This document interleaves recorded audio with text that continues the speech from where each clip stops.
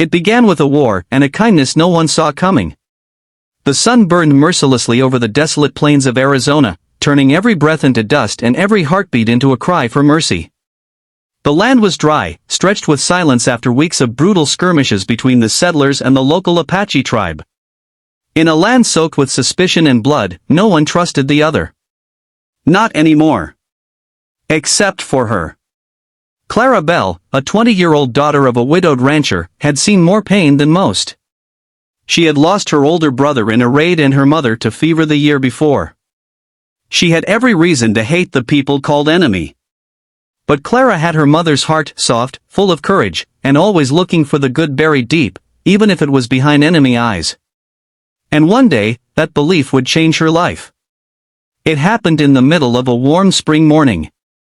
Clara was riding home from the creek, her canteen swinging on the side of her saddle. She spotted something by the ridge. At first, she thought it was an animal.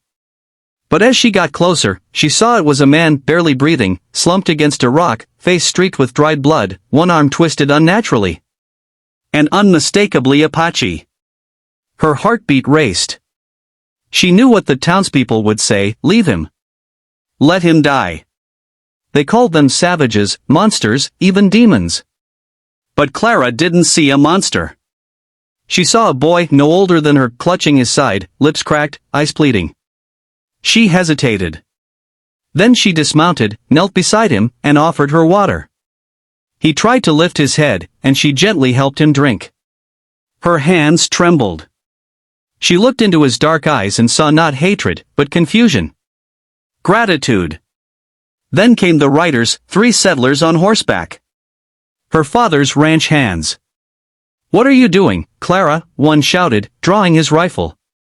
She stood up fast. "He's dying. He's no threat. He's Apache. He'd gut us if the roles were reversed. He's a boy," she replied fiercely. "And I won't let him die like this." The ranch hands argued but didn't shoot.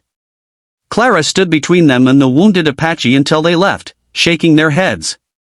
That night, she returned alone, left food and a cloth beside the boy. By morning, he was gone. She never learned his name. Years passed. Clara's life went on, quiet, repetitive, scarred by loneliness. Her father died during a harsh winter. The town changed. Railroads came. So did new people, new laws, and a fragile peace with the Apache. But Clara, strong, independent, and still unmarried, remained rooted like an old tree. Until one summer afternoon, a group of Apache riders appeared at the edge of town. They came with peace flags, causing murmurs and gasps across the settlement. The leader dismounted slowly, a tall man, dressed in ceremonial beads and feathers, his presence commanding yet calm. His name, the translator said, was Nantan. A newly chosen chief. He had fought in the wars, led his people through famine and struggle, and now came seeking peace and trade. And someone else.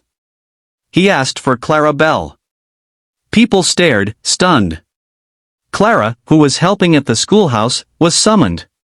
She stepped into the sunlight, facing the chief, her heart frozen in time. And then she saw him. Those eyes. Older now, lined with battle and years. But unmistakable. "You," she whispered. He nodded. "In a time of hate, you showed mercy," he said in halting English. "I never forgot. I was a boy. I had no name among the white people. Now, I have one. Nantan." "I didn't think you survived," she whispered. "I did. Because of you." The crowd watched, stunned, as he slowly removed a small pouch from his chest. From it, he pulled a strip of cloth, faded but familiar. The same cloth she had left beside him years ago. "I became warrior. Then leader. But my heart, it stayed with the woman who gave water to her enemy." Clara's eyes filled with tears. "I wasn't sure if it was foolish or right." "It was right," he said firmly. "And now, I come with a different question." He knelt on one knee. "Will you share your life with me? As one people. Not enemies." The town gasped. For a long moment, Clara stood silent. She looked around at the people who'd watched her live a quiet life, always a little apart. She saw the fear in their eyes and the wonder. She stepped forward. She took his hand. "I've been waiting for something to believe in again," she whispered. Yes. Years later, Clara and Nanton's union became more than just a marriage, it became a symbol. A bridge between two worlds that once bled each other dry. They settled on land between the Apache village and the town, raising children who spoke both languages and honored both traditions. Not everyone approved. Some settlers never spoke to Clara again. Some Apache elders struggled with her presence. But time, like rivers, carves new paths. And eventually, even the hardest hearts softened when they saw what love could build.